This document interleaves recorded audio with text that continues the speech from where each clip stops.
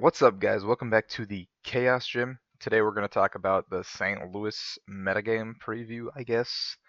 Um, so St. Louis is the first expanded tournament we've had since San Jose, which took place like December. It's been a while since we've had an expanded tournament, like 3 months. Um, I've had two expanded regionals so far this year. Philadelphia being the first, three actually. Sorry, Arizona also. In Arizona, we saw Greninja come and take the tournament by storm, but those results I think are invalidated because Greninja's not good anymore due to Giratina promo, as well as just like these GX Pokemon having a million HP and a lot of decks having answers to Greninja now. Greninja can't answer everything anymore. It used to be able to just have to deal with Archeops, but now it just can't. Then we moved into Philly, where we saw dark decks of all varieties takes the tournament. Like there was like a bunch of weird dark variants. There's like Turbo Dark. There was like Evital Maxis, and there was like Dark Tina, all in top eight. And then I think there was a Raikou Eels in top four, Excelgor Wob Finals, Trevenant, and then Toadbats. So that meta was very diverse.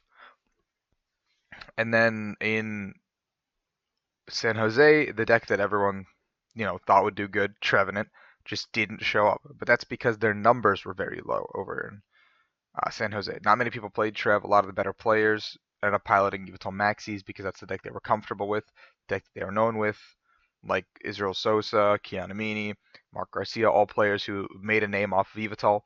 So they all piloted their grassroots deck. Now, what does this mean heading into uh, St. Louis?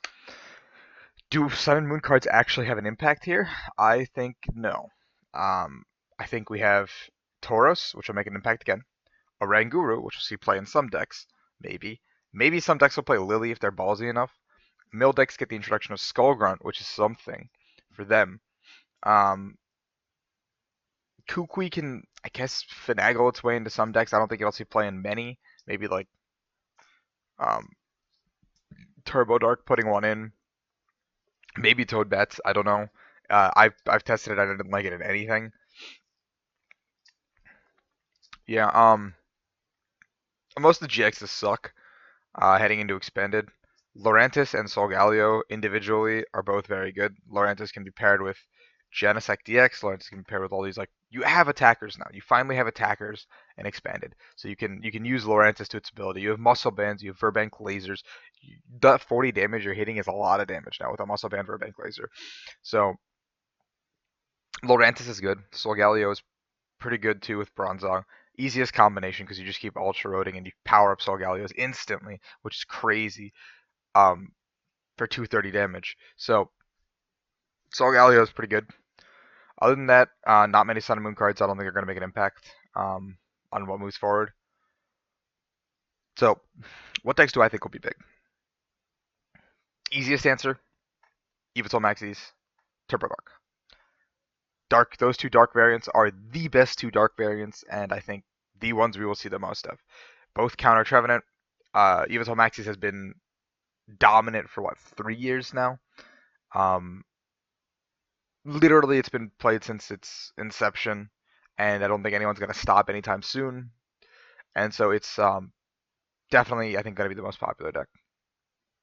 Following that, however, I want to put um, Trevenant. I think Trevenant or Toad. No, Toad. I think Toad is the second biggest thing to worry about. Toad variants like Toad Decidueye, Toad Bats, Toad Garb, whatever. Toad Bats has always kind of shown up in some capacity. Um, just because Toad is also a degenerate deck. Toad is one of those decks that like doesn't let your opponent play the game. Um, and Toad Bats does that. Perfect calculation, perfect damage. Toad Decidueye is it's not Toad Bats, but it's good. It's still good. Your mid game's crazy good.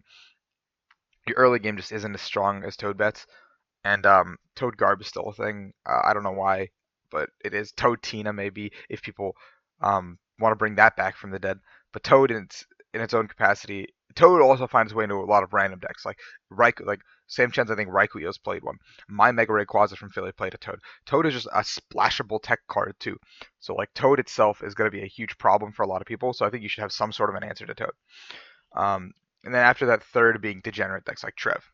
I'll put Trev straight up there. I hate the deck and I hate playing against it. I hate playing it, but people don't like letting their opponents play the game. Um, Decks that have been getting a lot of unreasonable hype that I guess I'll talk about. First off, Vespiquen Flareon. It's been getting a lot of hype in the past 2 weeks. I think a lot of people are trying to transition success from standard into expanded, and that is incredibly terrifying for a player who loves Vespiquen like myself. I was pretty set on Vespiquen as soon as Anaheim ended, and I was only testing that and other stuff. Like I had like my perfect list sitting next to me. It's pretty much like a few cards off of my Virginia Regionals top 8 list, and it's like what I was gonna play felt very comfortable with. But as the tournament gets closer and closer, I've been like a lot of people have been taking carry into their decks. A lot of people have been taking answers. A lot of people are prepared, and I don't feel comfortable when that happens because Vespiquen's been getting an unreasonable amount of hype on social media. A lot of players, more than likely Fairweather fans, are coming in saying the deck is good and then leaving. And just because people are saying the deck is good, naturally that sort of a deck will crumble um, because people will be prepared for it. Now, granted, you're playing in a field of like probably close to 700 players, so you don't know. You could just hit a couple good matchups and make day two with Vespiquen, but it's it's like two decks that play Karen and your tournament's done right there. So that's a little risky. Um, there's the Mega Gardevoir deck with Dimension Value that's been getting a ton of hype. It's something I've also tested. It plays like it's like Mega Gardevoir Despair Ray with like 4 dimension valleys or like 3 dimension valleys, one Skyfield, and it plays like Execute, so you can keep recycling it. Azul was playing it on stream yesterday. It plays like 3 to 4 max potions, so you're never actually dying. You're always playing the two-shot game, and your opponents are incredibly frustrated unless they're playing a metal typing deck, or they can one-shot you like Night March. But you also play a Karen to deal with that immediately, so you're not actually in any real danger ever. Um, yeah, so that deck is like pretty hyped right now. I personally wouldn't play it because I've tested it. I found it to be very clunky, and I'm like, if I'm gonna play a Mega deck, it's gonna be Mega Rayquaza again. Don't know why I'd subject myself to that for a second time in a row, but I would. But yeah, other than those two decks, what other decks have been getting a lot of? I think Night March is something you still have to be worried about. I don't think there'll be much, but there will be Night March in some capacity. Like slight sleeper decks that I've been hearing about slash testing on my own. Raikou Eels kinda.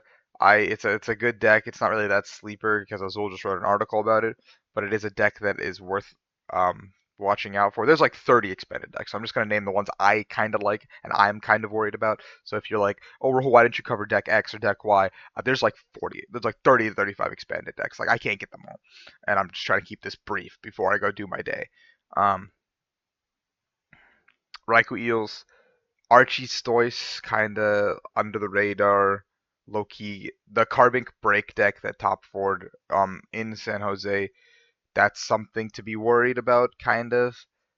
Again, like I don't expect to see any of these decks other than the Evital Max Season, Turbo Dark, and Toad and Trev more than one round because you're playing in this big of a field. You can't really um, reliably say. I think in my Philly report, after like the 8 rounds I played against like 6 different decks. I think.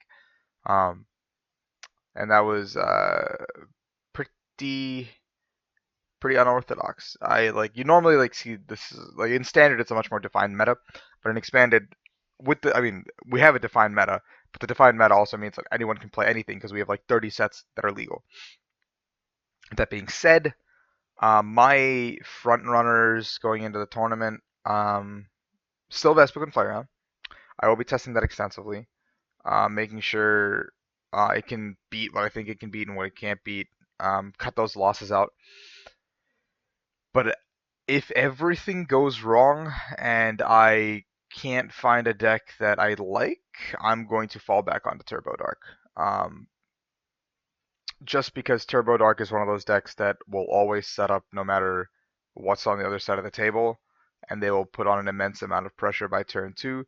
You're basically vomiting board presence. You have like 5 energy probably on the board turn two, and your opponent's like, oh, you're hitting me for 100 already. Um, Unless they play Gallade, they're like, okay, I'll poke you, and then you just go retreat to the other, you just go retreat to other guy, set up more energies, knockout, and they're like, oh, I'll poke you again, and then you go, oh, now I'm one-shotting you. It's turn four. I'm sorry. Thanks for playing, and then you win the game. But that being said, um, I do like Vespiquen still. Um, I've already scrapped Guardy in my testing. Mega Ray is still an option for me. Um, if I'm feeling really ballsy, I'm gonna play Archiestoys, but I don't feel that ballsy, so I just need to pick up a couple of points here and there. So whatever for me. There's a bajillion decks. I think playing what you're most comfortable with is correct at this tournament. And just have a good time. Honestly, just hope you hit the right matchups because that's what expanded it's all about. Hit the right matchups and hope you can make it deep. Um, Other than that, thank you guys for watching. I hope you guys have the best of luck in St. Louis. If you see me there, say what's up. I don't mind. It'll be a big tournament. It'll be a fun tournament. The Cracklers always do a great job, so I am excited, and we will have a good time. Catch you guys later. Good luck, everybody, and be sure to like, subscribe, whatever. Do the whole spiel.